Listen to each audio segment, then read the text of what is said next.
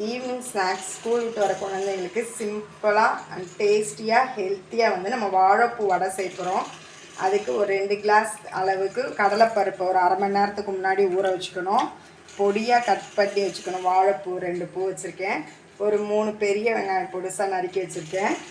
கொஞ்சோண்டு சோம்பு, வத்தல், ஒரே ஒரு 2 சின்ன பூண்டு எடுத்து வச்சுருக்கேன்.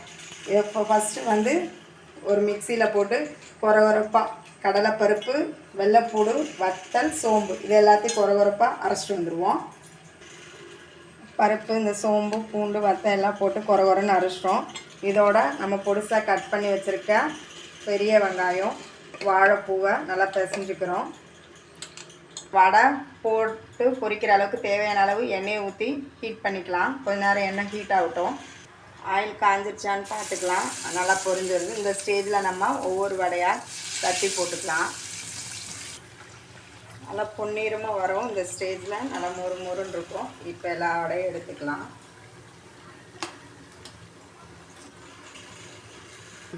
அவ்வளோதான் நம்மளுடைய சுவையான வாழைப்பூ வடை.